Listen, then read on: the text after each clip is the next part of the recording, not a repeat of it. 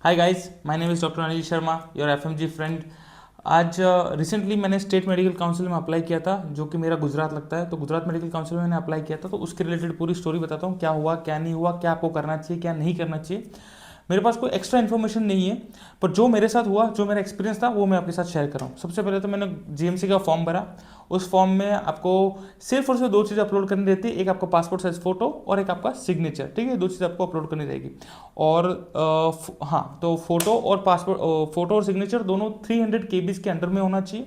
पहली चीज़ तो ये होगी। ठीक है, दूसरी चीज़, आपको क्या होगा, आपको वहाँ से चार चीज़ें मिलेगी। जो एक होगा प्रोविजनल सर्टिफिकेट, जो जो उसका जो फॉर्म होगा, वो फॉर्म प्रोविजनल का फॉर्म, सीआरएमआई का फॉर्म, सीआरएमआई की रिसीट और प्रोविजनल की रिसीट।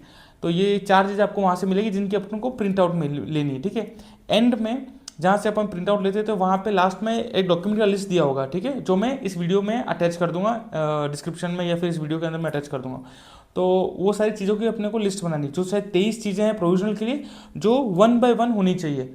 ठीक है, तो कहने का मतलब कि जीएमसी के फॉर्म भरते वक्त, प्रोविजनल का फॉर्म भरते वक्त अपने को कुछ अपलोड नहीं करना है। अपलोड से अपने को फोटो करना है और क्या बोलते हैं, सिग्नेचर करना है। अब वहाँ पे जाके फिर अपॉइंटमेंट लेनी है। अपॉइंटमेंट टोटल मेरा खर्चा आया था 13,300 रुपये। ठीक है, और अब अपन लेंगे डेट मैंने ली थी 20 मार्च की। 20 मार्च को जब हम वहाँ गए, ठीक है, तो सबसे पहले तो क्या था कि वहाँ पे बाहर एक अंकल बैठे रहते हैं। वो अपने को उसी 23 फॉर्म, जो मैंने 23 लिस्ट बताई ना डॉक्यूमेंट्स की, जो जो उनको चाहिए, जो अपने पे एप्लीकेबल होता है, वो चाहिए। कहने वो 23 के 23 मेरे पास भी नहीं थे, शायद 17 या 18 होंगे।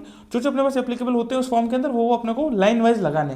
तो वहाँ पे क्लर्क बैठे होंगे, वो आपको बोलेंगे सर जी लाइन वाइज लगाओ। ठीक है, उसके बाद वो बोलेंगे सारे के सारे जितने भी फॉर्म हैं उन सबके ऊपर सिग्नेचर करो।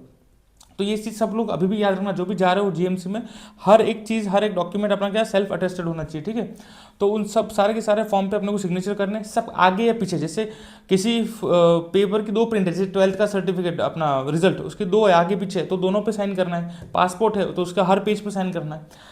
तो ऐसे सारे डॉक्यूमेंट्स की लिस्ट बनानी है। फिर उन सारे डॉक्यूमेंट्स को एक ऐसे सेट बनाने हैं। मैंने टोटल 4 सेट बनाए थे, उन्होंने मांगे 2 ही थे, मैंने 4 बना के लेके गया था, फॉर कि कुछ और मांग ले तो एडवांस में। ठीक है, तो ऐसे सारे सेट बनाए, सारे सेट के नीचे साइन करना है। ठीक है, उसके बाद वो आपको अंदर बुलाएंगे। अंदर अंदर आपको क्या करना है, अंदर आपको वो सारे डॉक्यूमेंट्स आपको वो पूछेंगे कि जैसे सॉरी, एक और टेबल होगा। जैसे यहाँ पे उन्होंने सेट बनाने को बोल दिया, उसके बाद एक टेबल और होगा, जहाँ पे वो आपके सारे डॉक्यूमेंट्स वापस लाइन में है या नहीं वो चेक करेंगे। एक बार वो चेक कर लेंगे सारे डॉक्यूमेंट्स लाइन में, फिर आपको वो एक धागा बांध के दे देंगे। फिर उस धागा बांध के लेके आपकी फाइल तैयार हो जाएगी, और वो फाइल लेके अब आप जाओगे अंदर। आपको वहाँ पे टोकन देंगे। टोकन के ऊपर आपका नंबर लिखा होगा। जैसे मेरा टोकन नंबर 8 आया था, तो वहाँ पे एक मशीन लगी हुई जहाँ पे लिखा हुआ टोकन नंबर 8। तो फिर मेरे को अंदर जाना है टोकन नंबर 8 के लिए। फिर जब मैं अंदर जाऊँगा, मेरे पूरा वो डुप्लीकेट जो भी जेरोक्स फॉर्म है वो सब मेरे को देना है। हाँ, एक चीज़ और, पासपोर्ट की जो भी है वो सारी की सारी पूरे पासपोर्ट की आपको कॉपी करवानी पड़ेगी, और वो कलर कॉपी करवानी पड़ेगी। और उसका एक आइडिया है जो मैंने लगाया था। मैंने क्या किया था, पूरे पासपोर्ट की पहले पीडीएफ बना ली थी। फिर जो जेरोक्स वाला था उसको बोला कि बस ये कलर प्रिंट निकालो, और हर एक पेज पे 4 पेज ला देना, ताकि क्या है कि वो अपने को ज़्यादा महंगा नहीं पड़े। अदरवाइज देर इज 54 पेजेस है ना, तो वो महंगा पड़ सकता है। तो मैंने ट्रिक लगा ली थी।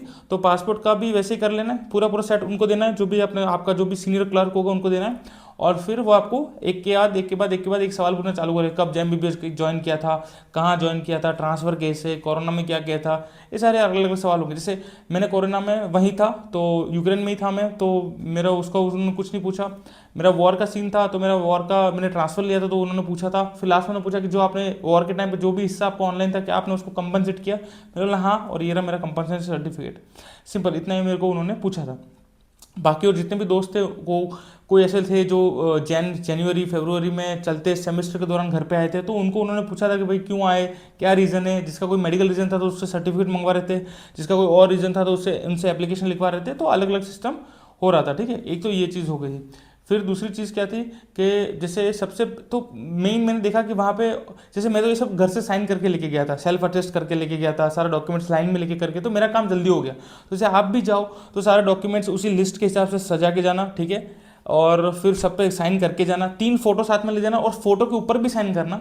और प्रोविजनल सर्टिफिकेट जो आएगा, मतलब जो फॉर्म आएगा उसका प्रोविजनल का, उसके ऊपर भी एक फोटो अटैच करना है। बहुत लोगों ने नहीं किया था, अटैच नहीं किया था, उसको अटैच करना। उसके बाद उसको भी सेल्फ अटेस्ट करना है। ठीक है, और लास्ट में वो आपको बोलेंगे कि बाहर हर कंट्री वाइज एक ईमेल लिस्ट लगी हुई है। तो उस ईमेल लिस्ट में आपको वहाँ नीचे ईमेल एड्रेस दिया होगा, उस ईमेल एड्रेस पे अकॉर्डिंग टू दैट कंट्री जो जो डॉक्यूमेंट रिक्वायर्ड है वो आपको वहाँ ऑनलाइन सेंड करने हैं, जो फिर एम्बेसी को भेजे जाएंगे और फिर एम्बेसी वेरीफाई करके आपको सीसी में रखेंगे और जीएमसी और एम्बेसी वेरीफाई करके आपको वापस, उसके बाद जैसे आपके डॉक्यूमेंट वेरीफाई होंगे उसके बाद ही आपका प्रोविजन आपके अपने पोस्ट ऑफिस में आ जाएगा, ठीक है। तो ये उन्होंने इतना मेरे को बोला था। उसके बाद मई महीने में शायद ये अपना क्या बोलते हैं चॉइस फिलिंग स्टार्ट होगा। जब चॉइस फिलिंग अपन कर लेंगे उसके बाद अपने घर पे अलॉटमेंट लेटर आएगा और अलॉटमेंट लेटर के अंदर अपना कॉलेज अलॉट हो चुका होगा और फिर अपने को वहाँ जाके पोस्ट करना रहेगा, ठीक है। ये इतना सिस्टम उन्होंने मेरे को बताया। बाकी मेरे को कोई ज़्यादा चीज़ पता नहीं। मेरी 12th की जो मार्कशीट थी वो अपोस्टाइल थी, तो मेरे को डिमांड ड्राफ्ट की करने की ज़रूरत नहीं थी और डोमिसाइल सर्टिफिकेट में बनवा के गया था, तो वो भी मैंने वहाँ दे दिया था। बाकी एक्स्ट्रा कोई मेरे पास इन्फॉर्मेशन नहीं है। I am just sharing this video कि ये ऐसा होता है, ऐसा है। बाकी मोस्टली उनको सारी चीज़ों के बारे में पता है, सब कंट्रीज़ के बारे में पता है, कौन सी कंट्री में क्या सिस्टम है, एवरीथिंग दे नो, ठीक है, बिकॉज वो इतने टाइम से ये सब चीज़ें देख रहे करते आ रहे सब। हाँ, एक बेनिफिट है कि जो वो नोटिस था वो विड्रॉ हो चुका है और जिसकी वजह से अपना जो पुराना कंपनसेशन सर्टिफिकेट है जो पुरानी स्टाइल का है वो एक्सेप्ट कर रहे हैं, वो लोग एक्सेप्ट मान रहे हैं। तीसरी चीज़, अगर किसी को आप पूछ सकते हो कि भाई मेरे कितने साल की इंटर्नशिप आई, अगर वो नहीं बताए तो अगर आप थोड़ा सा ध्यान देंगे तो वो अपने हर कागज़ पे हर प्रोविजनल सर्टिफिकेट जो उसका जो फॉर्म होता है उस पर लिखते हैं ABC। ए मतलब 1 साल, बी मतलब 2 साल और सी मतलब 3 साल। आप ध्यान से देख सकते हो तो आपको दिख जाएगा। नहीं दिखे और नहीं बताया तो फिर लेटर में तो आएगा ही, तो उससे पहले या तो आप पूछ लो और नहीं बता रहे तो उससे पहले एक बार ध्यान से देख लेना, शायद वहाँ पर कहीं ना कहीं उन्होंने लिखा होगा लास्ट में जब वो सिग्नेचर करते तब। और हाँ, अगर आपका फॉर्म फिलिंग करते हो अगर आपको कोई भी गड़बड़ हो गई है तो टेंशन मत लेना, वहाँ पर वो सुधारने का मौका देते हैं। आपको पेन देंगे, बोलेंगे यहाँ पर आप कागज़ से उस चीज़ को सुधार लो। आपकी हर स्टोरी वो सुनते हैं। अगर उनको लगता है कि कोई बच्चा चालाकी कर रहा है या कोई कुछ झूठ बोलने की कोशिश कर रहा है, ऐसा कुछ कर रहा है, तभी वो आप पे भड़कते हैं। अदरवाइज उनका ऐसा कोई नहीं, बहुत शांति से और बहुत स्मूथली काम होता है, ठीक है गाइस। मैं कौन से डॉक्यूमेंट्स का क्या है और कौन सी कंट्री वाइज का क्या है, मैंने दोनों पिक्चर्स लिए थे, मैं इस वीडियो में अटैच कर दूंगा और वो आप देख लेना, ठीक है। Thank you so much, this was my experience.